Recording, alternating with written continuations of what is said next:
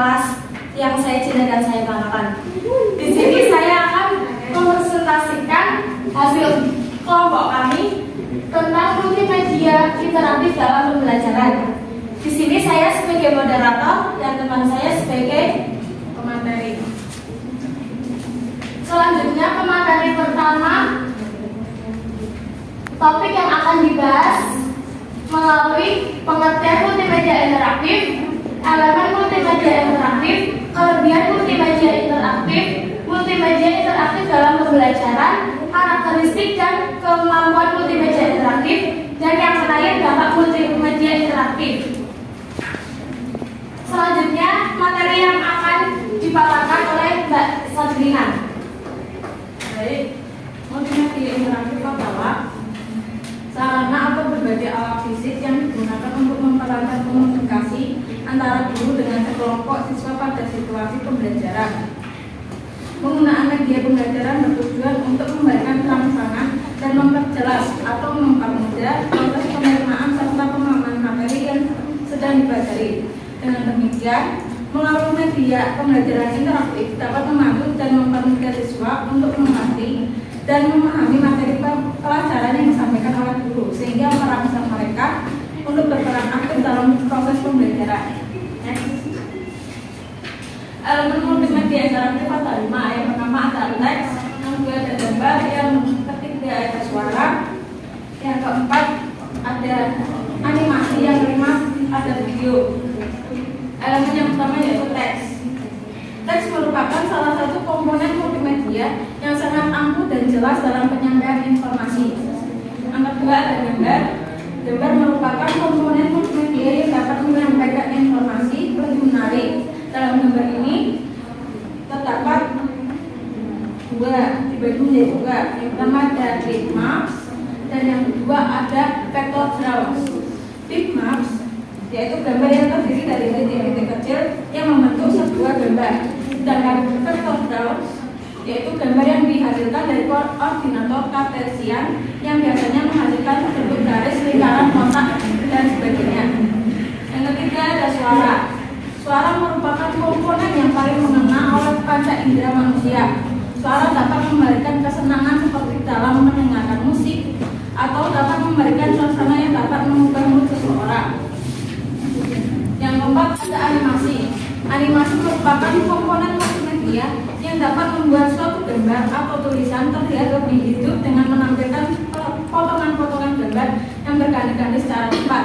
Dan yang terakhir ada video. Video merupakan komponen multimedia yang terdiri dari gambar-gambar dan bergerak dengan sangat cepat secara berurutan. Next.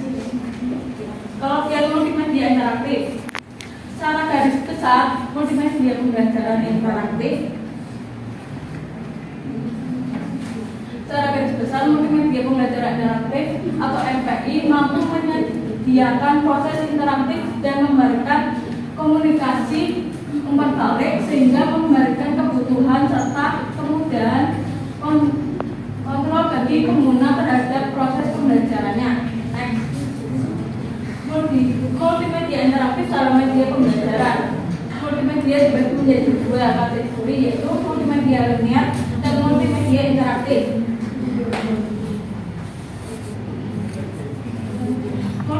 Multimedia linear adalah multimedia yang tidak dilengkapi dengan alat pengontrol apapun yang dapat dioperasikan oleh pengguna. Multimedia ini berjalan sekuensial atau berurutan, contohnya TV dan film. Sedangkan multimedia interaktif adalah suatu multimedia yang dilengkapi dengan pengontrol yang dapat dioperasikan oleh pengguna, sehingga pengguna dapat memilih apa yang dikehendaki untuk proses selanjutnya. Contoh multimedia ini adalah pembelajaran interaktif, aplikasi game, dan lain-lain. Selanjutnya akan dibacakan oleh Selanjutnya saya akan menyampaikan karakteristik dan kemampuan multimedia interaktif. Karakteristik multimedia interaktif menurut Sucipto, karakteristik multimedia pembelajaran di antara lain yaitu: 1. Memiliki lebih dari satu media yang konvergen. Misalnya menggabungkan unsur audio dan visual. Yang kedua, bersifat interaktif. Bersifat interaktif ini misalnya memiliki kemampuan untuk mengkonfirmasikan respon pengguna. Dan yang ketiga, bersifat mandiri. Bersifat mandiri yaitu memberi kemudahan dan kelengkapan isi sedemikian rupa sehingga pengguna bisa menggunakan tanpa bimbingan orang lain. Kemampuan multimedia interaktif dibagi menjadi 3. Yang pertama, interaktif dan umpan balik dalam multimedia, yaitu umpan balik sebagai akibat satu kegiatan secara alami. Contohnya, peserta didik melakukan kata air, sedangkan umpan baliknya adalah umpan balik terhadap data yang dimasukkan ke dalam program. Yang kedua, kelebihan menentukan topik proses belajar, yaitu peserta didik mampu untuk menentukan proses belajar yang disesuaikan menentukan topik belajar. Salah satu karakteristik proses belajar dengan menggunakan komputer. Yang ketiga, multimedia memberikan kemudahan kontrol yang sistematis dalam proses belajar. Proses belajar berbentuk komputer bisa dilaksanakan secara berkelompok atau berindividual. Selanjutnya, dampak multimedia interaktif dibagi menjadi 5. Yang pertama, dampak pembelajaran dalam konteks dunia yang tidak nyata. Menggunakan multimedia interaktif, peserta didik menggunakan perangkat secara mandiri dan dalam dunia maya. Yang kedua, ketergantungan sistem. Ketergantungan sistem pada sistem media pembelajaran harus mencakup semua materi pembelajaran secara keseluruhan. Yang ketiga, desain media interaktif. Desain media interaktif ini desain yang digunakan harus memiliki kesan nyata dan jelas sehingga peserta didik mampu memahaminya dengan baik. Yang keempat, umpan balik. Umpan balik media pembelajaran ini ada celah di mana peserta didik bisa menanyakan langsung kepada guru jika belajar secara mandiri. Dan yang terakhir, kurangnya sifat sosial dalam pembelajaran. Penggunaan media interaktif pembelajaran yang dilakukan bersifat isolatif, hal itu bertentangan dengan tujuan dari bentuk sosial dari sekolah. Sekian dari materi kami. Selanjutnya di sini saya akan membuka sesi tanya jawab. Dan saya membuka pertanyaan 5 penanya. Saya bertanya Mbak Rifa.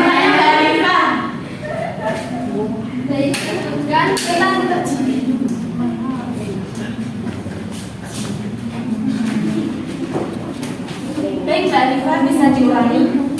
Sebutkan prinsip-prinsip desain dalam multimedia pembelajaran. Baik, selanjutnya saya Mbak Eva Febrianti. Apa saja manfaat dari multimedia interaktif di kehidupan sehari-hari? Tolong diulangi Mbak, jangan keras-keras.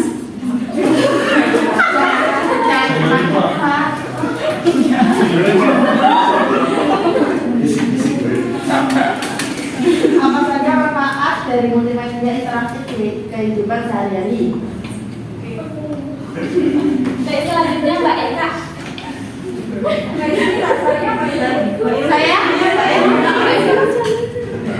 Salah satu elemen dalam multimedia adalah video. Nah, di dalam video kan ada jenis-jenisnya. Yang ingin saya tanyakan, menurut kelompok kalian yang cocok untuk pembelajaran itu jenis video apa? Ya, terima kasih. Saya Mbak Ferdi. Ya. Saya Febrian Subanani, izin bertanya. Dari materi yang Anda paparkan, saya ingin bertanya, mengapa multimedia dapat mempermudah pembelajaran? Terima kasih. Selanjutnya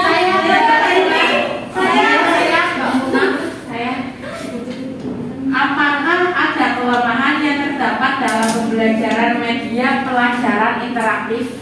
Baik, terima kasih. Baik, di sini saya minta waktunya untuk diskusi. menjawab pertanyaan. Baik, di sini saya akan menjawab pertanyaan dari Mbak Anifa. Sebutkan prinsip-prinsip desain dalam multimedia pembelajaran. Yang pertama, desain kesinambungan spesial. Yang kedua, desain multimedia. Yang ketiga, desain kesinambungan waktu. Yang keempat, desain koherensi. Yang keempat, modalitas belajar. Yang kelima, redundansi. Yang keenam, prinsip personalisasi. Yang keenam, interaktivitas. Yang ketujuh, sinyal. Dan yang terakhir, prinsip perbedaan individual.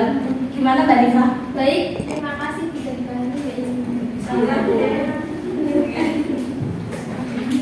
Saya akan menjawab pertanyaan dari Mbak Eka. Pertanyaannya, salah satu elemen dalam multimedia dalam video. Video sendiri ada macam-macamnya. Menurut kelompok kami, yang cocok untuk pembelajaran itu dengan video apa? Menurut kami, video yang cocok itu digital video. Digital video adalah media paling menjanjikan dari media storage yang baik. Sama seperti webform audio, digital video dapat digunakan pada detik, CD-ROM atau DVD. Karena video tersebut digital, maka bisa digunakan dalam jaringan atau tanpa perlu video teks atau video fix player. Digital video juga dapat diakses secara asal untuk memilih klik mana yang tidak kita buka. Dapat dipahami Mbak Eka? Ya, dapat dipahami. Terima kasih Mbak Sona. Selanjutnya saya akan menjawab pertanyaan dari Mbak Nurul Arfatul Muna. Apakah ada kelemahan yang terdapat dalam pembelajaran media pelajar interaktif?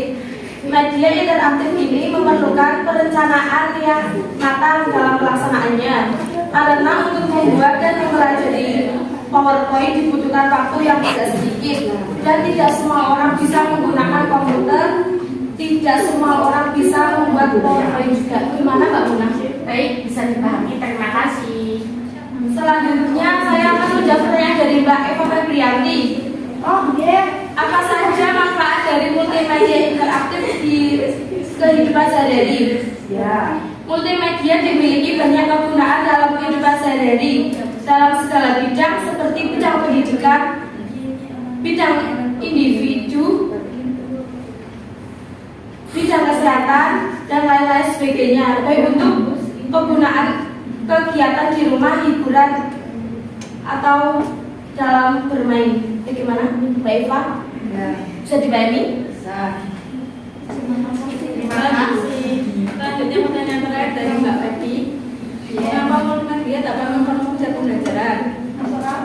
Multimedia mempermudah pembelajaran yang berpusatkan pada siswa, karena siswa diberi kebebasan untuk memilih cara pembelajaran sendiri dan belajar pada karya yang sesuai dengan diri sendiri. Multimedia dapat digunakan untuk membantu pembelajar membentuk model mental yang akan memudahkannya memahami satu konsep. Baik, selanjutnya saya akan menjawab membacakan kesimpulan dari materi kami. Kesimpulannya yaitu perkembangan teknologi di era sekarang terus meningkat dan jadi lebih modern, terutama dalam dunia pendidikan. Penggunaan media yang digunakan merupakan salah satu bagian terpenting dalam proses pembelajaran. Misalnya multimedia bisa digunakan sebagai media pendidikan yang dapat diandalkan. Kelebihan yang dimilikinya mampu merangkum berbagai media seperti teks, suara, gambar, grafik, dan animasi dalam satu sajian digital. Sekian dari presentasi kami, saya akhiri. Wassalamualaikum warahmatullahi wabarakatuh. Waalaikumsalam warahmatullahi wabarakatuh.